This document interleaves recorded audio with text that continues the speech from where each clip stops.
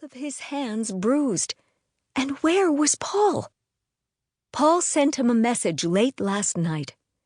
"I found something. Can't talk on the phone. I'll meet you anywhere you want at 10:30 tomorrow morning." Charlie picked job Antonio because it was far from Clark Harrison, far from home, far from anyone who might know him or Paul. An anonymous coffee shop in the middle of the city.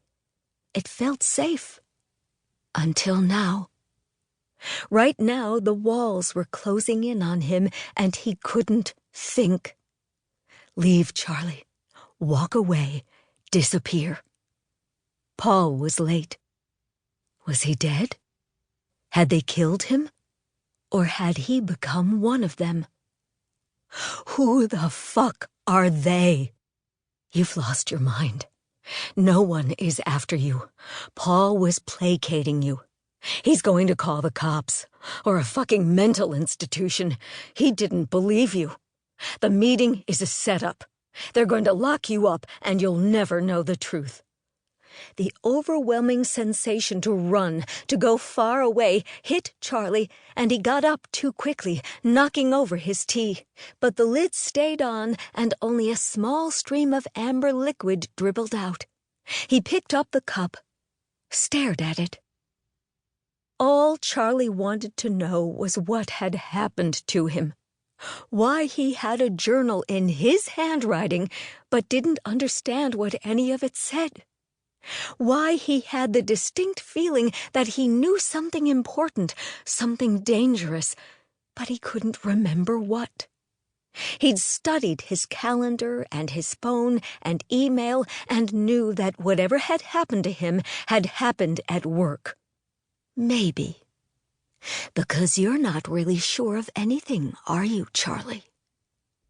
That's why he needed Paul. They'd worked together for 8 years before Charlie was fired.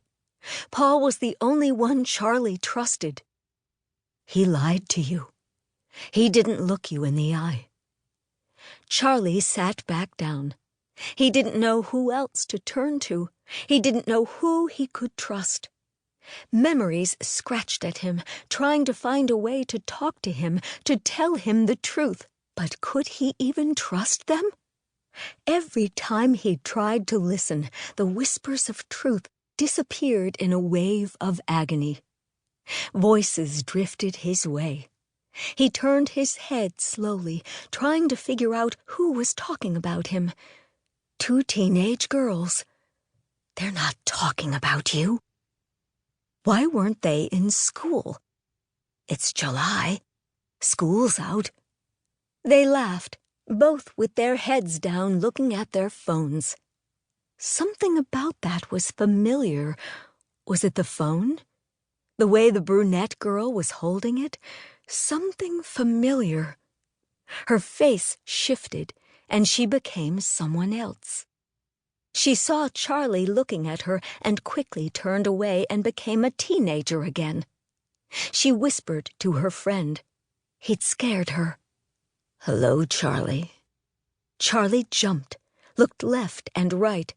A man he'd never seen before stood in front of him. But he wasn't looking at him. He was looking at a display. Had he spoken? Was it in Charlie's head? "Who are you?" he whispered. "You need to stop asking questions, Charlie. You won't like the answers." "Where's Paul?" He'd spoken too loud. People glanced at him, then quickly turned away. The teenagers shifted away from him, their heads together. Now they were talking about him. Now they sounded scared. Charlie didn't want to scare anyone, especially kids. His daughter was 15. He hadn't seen her in almost 3 months because Lisa said he needed help. She was scared of him, that he would hurt her, hurt the kids. "I would never hurt you, Lisa. I would never hurt the kids. I love you." He'd tried to get help, but only felt worse. More paranoid, more forgetful. He wrote hundreds of pages in code and